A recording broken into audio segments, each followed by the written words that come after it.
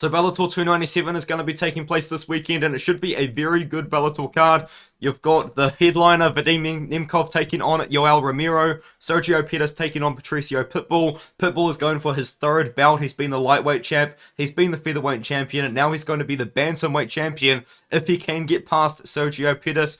Corey Anderson's on the card. Daniel James is on the card. There's a lot of good up-and-coming prospects on the card. It really should be a fantastic Bellator card. Definitely one of the best Bellator cards they've put on as of recent. Definitely the best Bellator card of the year so far. And I think it's definitely an event that you just must watch. I think this is a cannot miss Bellator event. So let me know what you think in the comments below before I do get into the predictions. And also before I get into the predictions, you can sign up to BetUS, get a 125% sign up bonus using my link there in the description. As well as that, you can get a 3-day free trial by using my code ARTEM when you sign up to the We Want Picks premium membership. You can cancel that at any time. And with that out of the way, let's get straight into the predictions. Although it is a fantastic card, it wouldn't be a Bellator card without a Bellator prelim, and this is it. This is Max Metzgar taking on David McKinney. Max Metzgar's making his pro debut. He's 7-0 as an amateur with a lot of finishes. David McKinney is 1-3. I believe all three of those losses are by KO as well in the first or the second round. That's how I think this fight goes. I think Max Metzgar is just going to go out there. I think he's going to finish David McKinney probably in the first or the second round, and probably by knockout as well. I mean, it's just one of those fights, isn't it? You know, it's just one of those fights where who really knows what's going to happen. Metzgar's probably going to be a massive favorite. He is favored to win, obviously, but just a fight to avoid. You don't really want to bet someone just making their pro debut, so maybe avoid that one. And then the next one is Cody Law versus Edwin Chavez. I think this one's a little bit more playable, but once again, man, you find in Cody Law as a massive favorite, and the last time Cody Law's been massive favorites in fights, he just has disappointed. And I have been, I'm proud to say that I did warn everybody about these fights, because when he took on James Gonzalez, although James Gonzalez has a pretty sketchy record, Gonzalez has experience against really, really good fighters. And then when he took on Chris Lencioni was live as an underdog. I mean, you could argue Law won that fight. I thought Law won that fight, but it kind of is what it is, you know what I mean? It was just one of those close fights. In fact, I actually think that I picked Lencioni in that fight, if I'm not mistaken, but I could be wrong. But the point is, I do think Cody Law wins this one here. Edwin Chavez, actually, if you wanted to know something a little bit interesting, was on the receiving end of a first-round KO loss from Yusuf Zalal, who since getting released from the UFC has gone on a first-round knockout streak, man. This guy's really trying to get back into the UFC. He's just finishing everybody, but yeah, unfortunately, Edwin Chavez was on the receiving end of that one there. I think Cody Law wins. I think he uses his wrestling. He's a decent striker as well. I mean, Chris Lencioni kind of thought, like, maybe confused him a lot, because Chris Lencioni was putting his hands behind his back. All this sort of thing. I think that Cody Law can kind of establish his game here, but do you want to pay minus 450 on Cody Law, who maybe his confidence is at an all-time low after 2 losses? Maybe not. And the next one is Jordan Newman versus Matthew Perry. Now, I am very confident Jordan Newman wins this fight for a very big variety of reasons. But the problem is, you're looking at a minus 1,000 favorite in Jordan Newman. Now, Jordan Newman, as you can tell despite his profile picture, he is a wrestler. He's got a wrestling background, and that's how he fights. He is a okay striker. His striking's getting better, but it's not what he wants to do. He wants to go out there and wrestle, and he wants to go out there and grapple, and he's probably going to do that against Matthew Perry. Now, Matthew Perry's very interesting. At first, he looks like a everyday average fighter, you know, 5-3, not the worst record, not the best. He fought a year and 2 months ago. Okay, he's taken a little bit of time off. 9 years and 6 months ago was the last fight before that. This guy has fought 5 times in 11 years. Like, Jordan Newman's out here. You know, he's fought somewhat often. You know, he had to take a little bit of time off, probably to develop. And he's the Bellator guy. He's the guy that Bellator's trying to build in this matchup. Jordan Newman is in this fight to beat Matthew Perry. Matthew Perry is being brought in to lose. They're trying to build up Jordan Newman as another kind of like guy that they can like build up and be super undefeated. That's what Bellator likes to do. That's what they're trying to do here. I think Newman submits Perry probably within the first 2 rounds. Do you want to play him at minus 1,000? Probably not. Timur Khizriev taking on Richie Smullen. I mean, Timur Khizriev, he does exactly what you think he's going to do. He will take you down, and he is very heavy on top. That's how he tries to win fights. He tries to win fights by being heavy on top, and that is what he did when he took on Daniel Weichel, and it's what he's done in the past as well. He did have a little bit of a run in Eagle FC, which is Khabib Nurmagomedov's promotion. But Richie Smullen, ever since this guy ended up not being in the UFC when he had the one UFC fight, I believe he's on the Ultimate Fighter season before that, and didn't get a fight for various reasons, he's been grinding, man. He's been hustling. He's been fighting in Bellator a couple of times. You know, he's been fighting some decent guys, you know, just kind of working his way up. But he recently come off the biggest win of his career, in my opinion, over Piotr Nedletsky, who was 17-4 at the time. And I did pick Piotr Nedletsky to defeat Richie Smullen in that matchup. Now, Timur Khizriev, I think he's a tough matchup for Richie Smullen. Now, Richie Smullen, he's not the best striker in the world, but he's kind of got an awkward style where it's very hard to figure him out. He likes to kind of move around a bit. He likes to throw kind of unorthodox kind of things. But I don't think Timur Khizriev's really going to mess around on the feet. I think he's going to go for takedowns, and I think he's just going to try and be heavy on top, which is what he does. If Khizriev wins, it probably won't be the most exciting fight you've ever seen in your life, but it will be kind of just what it is, I guess. Now, Richie Smullen is a good grappler, and he could be dangerous off his back, but I think Timur Khizriev, you know, he's experienced enough at this point now to just stay safe on top. He should win a decision, maybe ground and pound TKO, but you kind of know what it is like with these guys that don't get the most finishes in the world.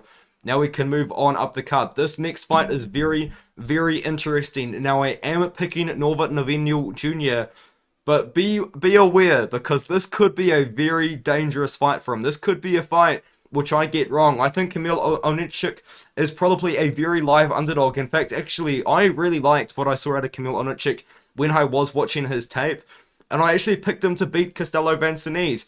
Did that end up making me look like a massive idiot? Yes, it did, but the point is, I really am impressed with Kamil Oniszczuk. This guy is a very dangerous striker. He's a very good striker, very heavy body kicks, very heavy kicks in general.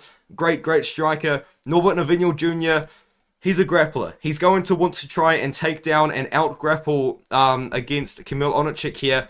And this win here over Andy Manzolo, you know, it looks fantastic, 3 minutes into the first round KO, but Andy Manzolo, this guy's record is so dodgy, man. This is one of the most padded records I've kind of ever seen, and just kind of, he was expected to lose that fight. Now, I think Norbert Novenyl Jr. wins this fight using his grappling, and I think he wins by submission now. But the problem is with Novenyl Jr., this guy, you don't really know how good his cardio is. Now, did he go the distance against Will Fleury? Yes, and that is actually a really good win. But for the most part, as I've recently, he's just subbing guys in the first round. We haven't really seen him go against too much adversity. It's an interesting fight. Kamil Oniszczuk could knock him out, but I think Norbert Novenyl Jr. is going to take him down and out-grapple him. He's a pretty big favorite, minus 250. I don't really like the idea of playing money on him unless you're going to play money on him to win inside the distance, and you can get good odds on that. But I think Novenyl Jr. wins by submission, but I am just kind of warning you guys about to maybe blindly putting him in parlays, because he's not a very confident pick, especially for these odds. And speaking of not confident picks for the odds, this is another one. Shamil Nikaev taking on Mike Hamel. Now, my problem with Shamil Nikaev is he's taken a lot of time off, man. This guy has not fought very recently at all. In fact, his last fight was 2 years and 6 months ago against Kimran Lachinov. And once again, with Shamil Nikaev, he does what you expect him to do. He will take down his opponents and he will try and control them on top. But the problem with Shamil Nikaev is he doesn't actually have that strong top control when he is on top. He can, at times, you know, his opponents can stand up. And on the feet, he isn't really that strong. I think Mike Hamel is the better striker in this matchup. But I'm just going to trust Shamil Nikaev has made improvements. He's taken 2.5 years off for the right reasons. And he does have a couple of really good wins on his record. And one of them is actually a win over Christos Giagos. And that win has actually aged really well, because Christos Giagos just went on to win one more fight. And he was in the UFC. Now, Christos Giagos, has he had the best UFC run? Maybe not. He has 6 wins and 6 losses in the UFC. But that's still a well-aged win. And I do understand that it was from about 6 years ago. So you do have to worry about the activity. There's a lot of question marks to be had here. If you're going to play a side, if you can get plus money at Mike Hamel, it's probably a good pick. But I'm going to pick Shamil Nikaev anyway to win by decision. Another thing that I don't like about Nikaev as well, actually, now that I'm saying that, he is not dangerous at all. Now that I've said that, he's just going to come out there and probably knock out Mike Hamel in the first round. But if you do actually look at his wins, 9 wins by decision, 1 win by submission. This guy's not finishing anybody. I mean, last time I said no one was finishing anybody, they got a finish. So Shamil Nikaev, first round knockout, is probably going to happen now, but I'm going with Nikaev by decision. So is the majority of people, but you've really got to worry about this activity, man. Like, when I'm watching fights, when I'm watching him fight Christos Giagos, I have to remind myself I'm watching a fight that's 6 years old. So there's definitely questions to be had. This next fight here, I actually really like Archie Colgan as a fighter, but this is going to be a very big step up in competition for him.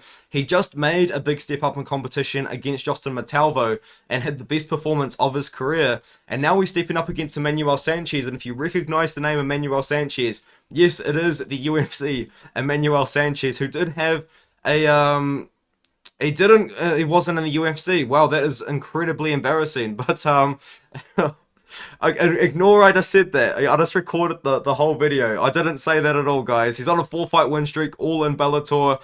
And, yeah, I think Archie Colgan does manage to win this one here. He's 7-0. He's just coming off a really big step up in competition himself, because if you do look at his career, he hadn't really fought the best guys in the world, but then he made the big step up against Justin Montalvo, who was 5-0. A lot of people picked Montalvo to win that one, but I believe Archie Colgan was a big favorite. Montalvo was a live dog though, really good boxer, but if you watch that fight, Archie Colgan had success everywhere. He had success on the feet, and he had success in the wrestling as well. Archie Colgan's a really good prospect, in my opinion, for this weight class at 155 pounds. Now, Emmanuel Sanchez is going to be a dangerous step up in competition for him. Now, I do understand he's on a 4-fight losing streak. I'm an idiot. I thought that he had a UFC fight in there at some point, but he doesn't. He is a very good grappler, and I think on the feet, this fight could actually be quite interesting as well, but I'm actually going to pick Archie Colgan. I think on the feet, he just showed really good boxing against Justin Montalvo. I think he can beat Emmanuel Sanchez in this matchup here by mixing up the wrestling, which he's very good at doing, and the striking as well, the boxing. So I'm going to go with Archie Colgan. He looked incredible in his last fight. This next one here is very interesting. Wladimir Gouvea. If you look into this guy, he does have like a world-class jiu-jitsu sort of background. Like, he's fought in international tournaments and all that sort of thing. He actually does have a very good grappling background. Now, the problem is, we didn't really get to see all that much of that in his last fight, in his professional debut, after no amateur fights at all. He took on this guy, Corey Mogenberg, who was 2-4, and that fight was...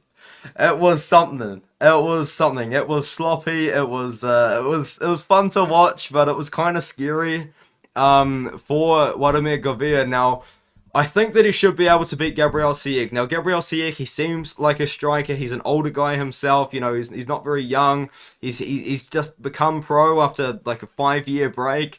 Wladimir Gouvea, if he can get this fight to the ground, and if he can get it to the ground, he should win by submission. If you do look into this guy, he does actually have a grappling background. I was going to say his name is a lot longer than Wladimir Gouvea when you do look into his grappling, and that's it there. If you search that up, you'll find a lot of international grappling tournaments. Whatever the odds on this fight are for Wladimir Gouvea, he could be minus 400. He could be minus 1,000. He could be minus 2,000. Who knows? Whatever it is, it's not worth it, man. Just watch this fight. It's going to be interesting. Gouvea, he fought like an idiot last time. He might fight like an idiot this time. It's going to be entertaining.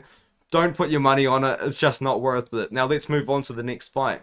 Karl is taking on Alex Polizzi. Now this is an interesting fight because Alex Polizzi, man, like this guy is, he's getting hurt. He's getting beaten up.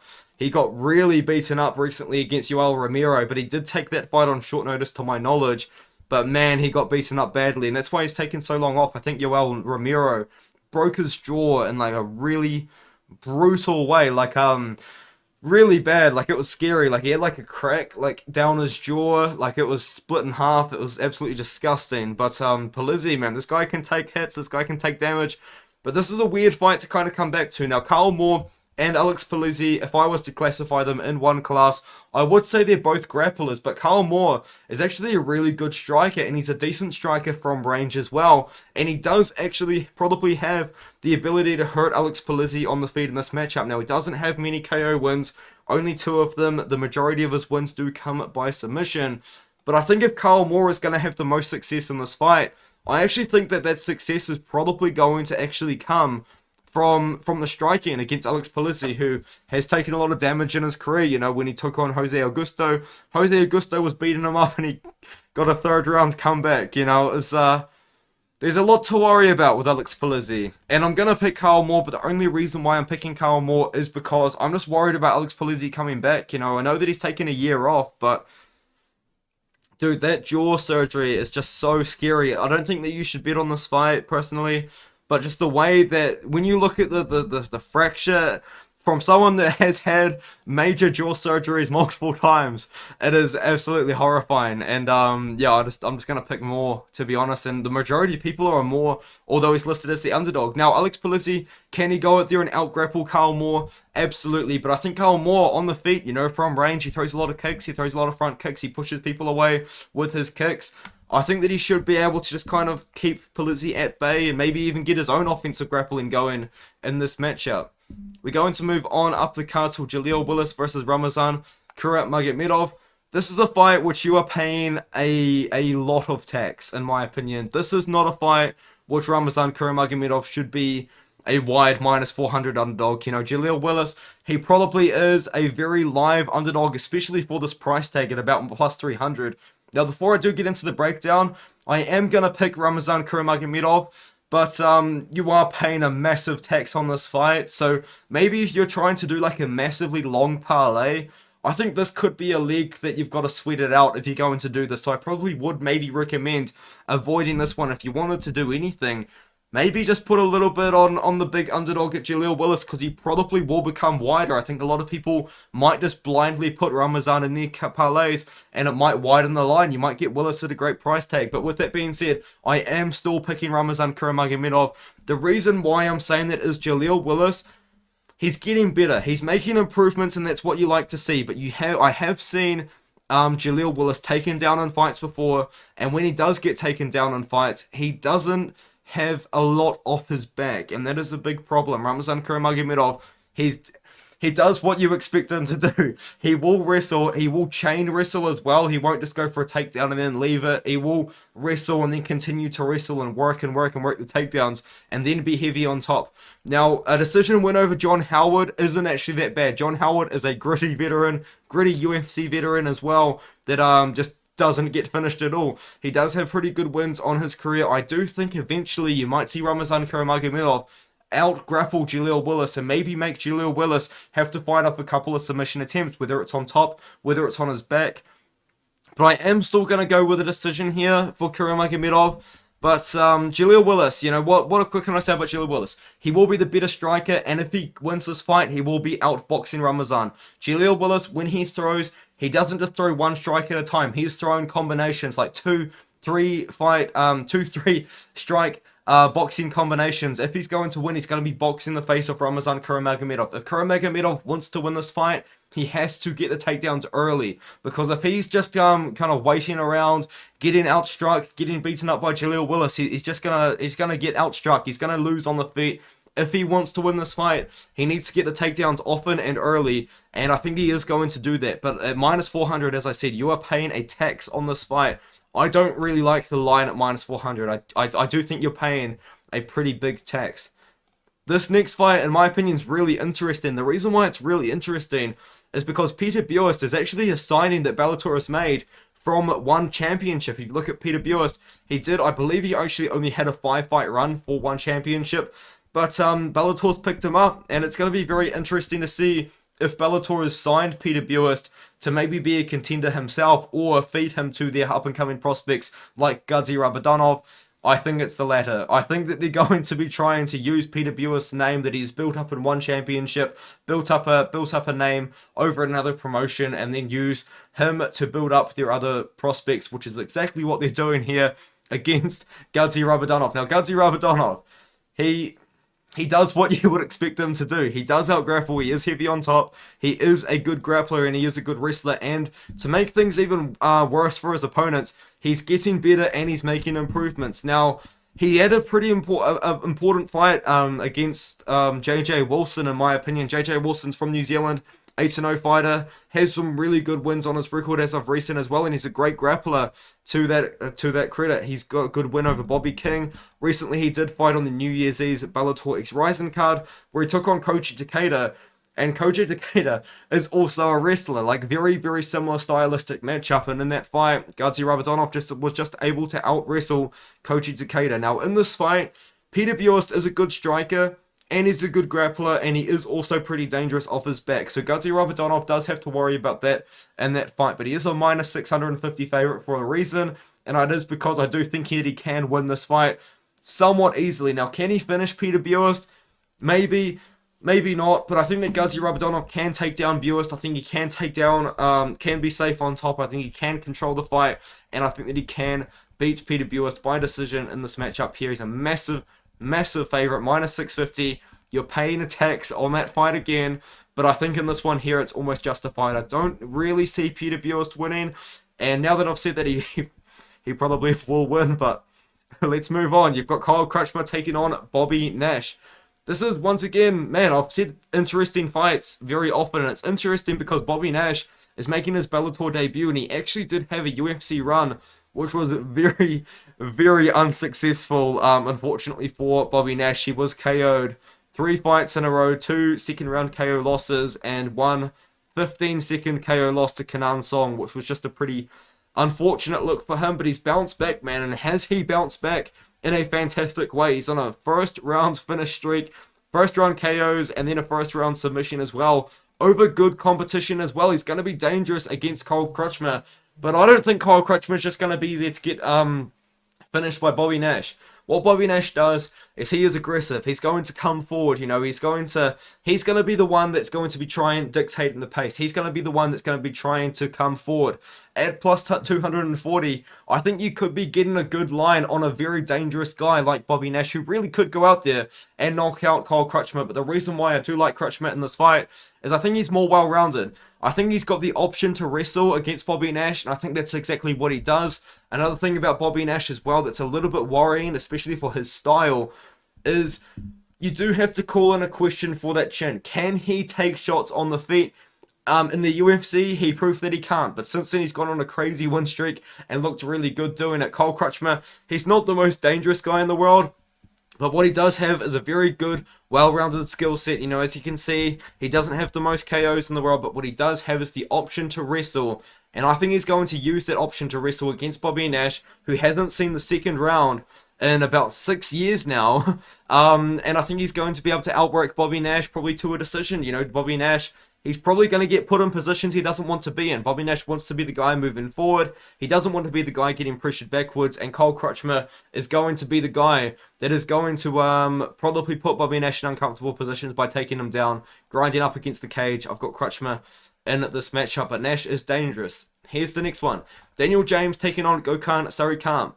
I don't know if James is still the underdog, but at the time of me recording this video, he is the underdog. Daniel James, I think, does win this fight. He's 41 years old, which is, it's interesting that he's at this level, but that it really is, honestly, the heavyweight division, not only in Bellator, but not only in the UFC, just in general, you know, because there's not a lot of heavyweights in the world. You know, I'm kind of a guy that follows a lot of prospects, and heavyweight prospects, you know, that you don't see them all the time. So Daniel James has managed to be one of those guys that just kind of beats up all of the upcoming heavyweight prospects, you know. So we can't have nice things in the heavyweight division. But with that being said, Daniel James just headlined a card recently, only 5 weeks ago, and I think he knows that he's 41 years old.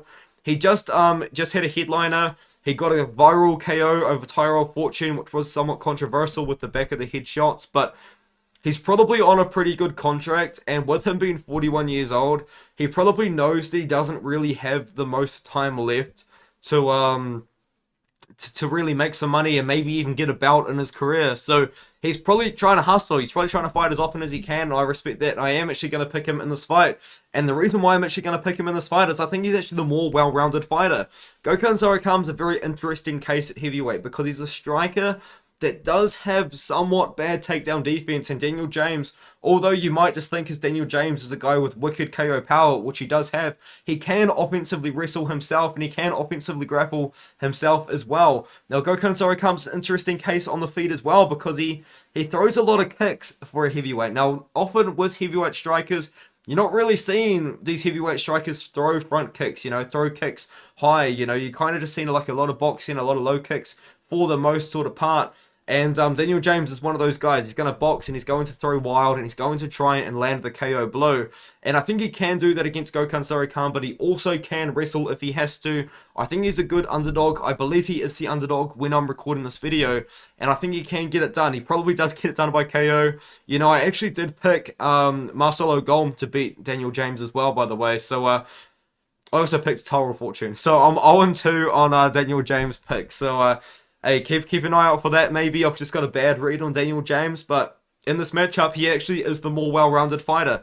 Against Marcelo Golm, that wasn't the case. Marcelo Golm, I thought was going to out-wrestle and out-grapple him, but it just didn't matter. Daniel James just knocked him out. So, I think that might happen again. I think Daniel James might KO Sarıkhan. He might even take down Sarıkhan, just offensively wrestle. So, it's an interesting fight for those reasons. Corey Anderson is now taking on Phil Davis, and Phil Davis, in my opinion, he is a very live underdog to win this fight. He actually is a pretty decent wrestler. And so is Corey Anderson, though. You know, Corey Anderson was looking really good against Vadim Nemkov in that no contest where they clashed heads, but they didn't just like clash heads, like kind of like Chris Curtis, Nissan and Imavov style. Corey Anderson was on top, landing ground and pound, and he kind of like put his head down and opened up a cut. And it was bad, but and then he lost to Nemkov. But I think he can beat Phil Davis. Now, Phil Davis, man, at this point of his career, he's almost 39 years old. He's actually been able to do some pretty good things. You know, he's 4-1 in his last 5 fights. That one loss coming to Vadim Nemkov himself, and then he's bounced back with that win over Yoel Romero, which was... It was close, I'll say that. And then he beat Julius Anglicus, denied a prospect coming up, and now he's taking on Corey Anderson against... two guys that are also former UFC fighters, and both guys actually had pretty successful UFC careers as well. If I'm not mistaken, Phil Davis went 9-3, but his UFC run was a long time ago. Corey Anderson's I think was a little bit more recent. And I think Corey Anderson, out of these two guys, probably is the more likely guy to become a champion. And I think age does have a big factor in that. Phil Davis is almost 40. Corey Anderson's 34 years old. Maybe he's exiting his prime, but he's still kind of got it. And in this fight, I think Corey Anderson probably will be the better striker in the matchup. But not only will he be the better striker, he's got the option to wrestle himself. I think Phil Davis probably will try and go out there and try and offensively wrestle against Corey Anderson. But I think that we're going to see Anderson beat Phil Davis up on the feet. And if he has to, he can wrestle and grapple as well. It could be interesting, though, because if Phil Davis is able to take down Corey Anderson, it'll be interesting to see how good Corey Anderson can get back up to his feet if Phil Davis stays heavy on top. But there's a lot of questions to be had with this fight. It's a good fight. I like Anderson. I like Anderson to outstrike Davis. I think if he has to as well, and he probably will offensively wrestle against Phil Davis himself to maybe just avoid the takedown threat from Phil Davis. So who really knows what Corey Anderson's game plan is here, but I do like Corey Anderson because I think he's got more options in the fight. I think Phil Davis probably has to wrestle, whereas Corey Anderson can strike and wrestle, either of the two. And now we move on to the co-main event. You've got Sergio Pettis taking on Patricio Pitbull.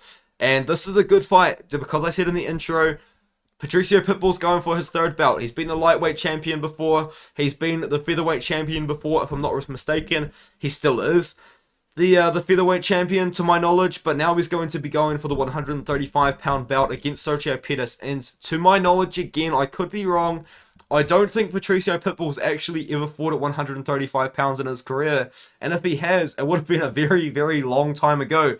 Now, if Patricio Pitbull can make this weight, I think he beats Sergio Pettis. I really do. Sergio Pettis, he was losing to Kyoji Horiguchi before he got that crazy spinning back fist KO, which was a great win. And now Kyoji Horiguchi is going to be fighting for a belt himself against Makoto Takahashi at flyweight. And Makoto Takahashi is the guy that the UFC should have just signed, man. Like, they messed up on that one. But it is what it is. When it comes to this fight, though, so Sergio Pettis, good striker, good grappler, and so is Patricio Pitbull. I mean, both of these guys are very experienced at this point, especially. You would kind of expect them to be quite well-rounded, but Patricio Pitbull earlier on in his career was more of a grappler, but now he's developed into a little bit more of a striker and grappler who can kind of do it all. And I think to win this fight, personally, I think Patricio Pitbull probably will be better off going back to that grappling, going back to the grappling, because The reason why I say that is I think Patricio Pitbull can get takedowns on Sergio Pettis. Sergio Pettis doesn't have the best takedown defense in the world, and I think takedowns could potentially be open for a guy like Patricio Pitbull, who very likely could be the bigger fighter in this matchup. We're talking about a guy that has been the champion at 155 pounds before, fighting at 135 pounds now. So I think if Pitbull wants to, he can grapple with Sergio Pettis, you know, on the feet as well. He's probably going to be throwing more volume than Sergio Pettis, because Sergio Pettis, he doesn't throw a lot of volume. He kind of likes to counter, and he kind of likes to wait, and he can just be caught not doing too much on the feet. And I think that Patricio Pitbull, if any of these two are going to be throwing volume on the feet, it's going to be Pitbull. And it's going to be Pitbull that's probably going to be walking forward as well, putting that pressure on, probably just looking a little bit better in the judge's eyes. And with that being said, I do think this fight does go the distance. But I think Patricio Pitbull mixes up the striking, and I think he mixes up the wrestling and the grappling. Now, Sergio Pettis, I think, in my opinion, if Pettis is going to win this fight, I think he has to do it by finish. You know, I don't think that Pettis is just going to go out there and win a dominant decision over a guy like Patricio Pitbull. I think this is a close fight. But I do like the options that Pitbull has again, because I think that Pitbull is going to be the guy that's going to be throwing more volume. I think he's going to be the guy that probably has a better option to offensively wrestle. Now, I think Sergio Pettis has great option to offensively grapple, but he's got to get the fight to the ground. Patricio Pitbull has great takedown defense. He's got good wrestling as well. And not only that, he's a good grappler as well. You know, it's not going to be super easy for Sergio Pettis to just try and get on top of Patricio Pitbull and just try and tap him out. So I think this is a very interesting fight. I like that it's been made. I understand that the winner of this fight is going to have to win the tournament winner, who, oh man, whose name I've forgotten, and that's really embarrassing, but he won by that brutal knee KO over Alfion Stotts. It was a really good win, but let's move on. Pitbull by decision is the pick. And now we get to move on to the main event, Vadim Nemkov taking on Yoel Romero. And this is a fight which I think a lot of people are going to be excited about. And I think it's a fight that a lot of people should be excited about, because this is a really, really good fight. And Vadim Nemkov is probably one of the best fighters that that Bellator has on their roster. Honestly, like, this is a guy that the UFC really might have their eye on to kind of try and just get him over with a massive contract, because Vadim Nemkov, if you guys don't know, he's got a history with Yuri Prochazka. He actually has lost to Yuri Prochazka in his career, and that's one of his only losses. His other loss actually was to Karl Albrechtsen, who currently fights in Bellator, but is not having the most success himself in his career. But if you go back, that was his last loss in 2016. That's a long time ago, you know. Vadim Nemkov was probably only like 23 years old, something like that at the time, which is crazy. And now he's been on a massive win streak, 8-0 in Bellator. He's their champion, and he's a very, very good fighter. He's a very, very good striker that throws a lot of kicks. He's very dangerous with the kicks, dangerous body kicks, dangerous leg kicks. And if he has to, he can wrestle and grapple as well, and we have seen that from his game in the past. Now, Yoel Romero is Yoel Romero. I mean, we all know who Yoel Romero is, right? Like, this guy is 46 years old.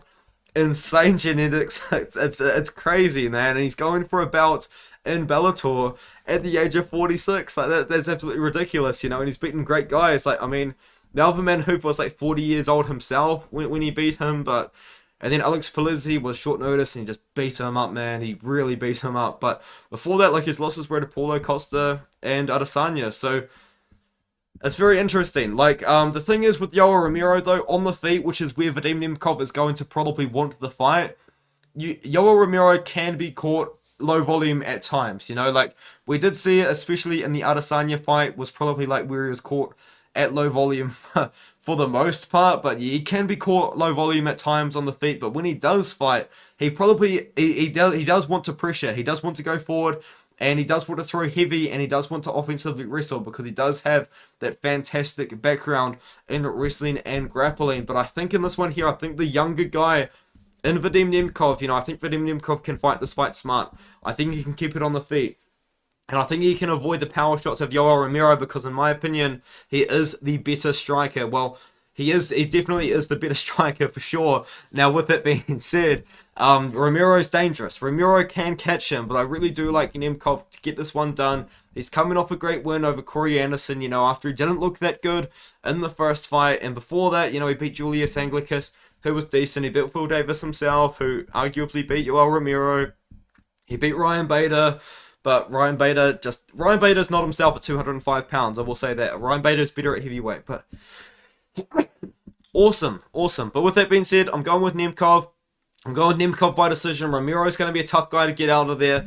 If Nemkov does win by finish, it probably will just kind of come down to the fact that at this point, Yoel Romero is 46 years old. So you've got to kind of consider that. Like, dude, he's absolutely insane. He's 46. That's unreal. But I do think Nemkov gets it done. Nemkov is a fantastic fighter. He's a great champion for Bellator. As I said, he's one of the best fighters that Bellator has on their roster. And it's going to be a good fight. You know, this is going to be a great card in general as well. Great card for Bellator. In my opinion, this is a card that you can't miss. I really do think this is a card that you really should try and watch. So definitely keep your eye out for this card. It should be a great one. And it should be a great weekend of MMA because you've got PFL, you've got Bellator, and you've got the UFC as well, all in one weekend. So it should be a pretty good card. And with that being said, I will see you guys in the next video.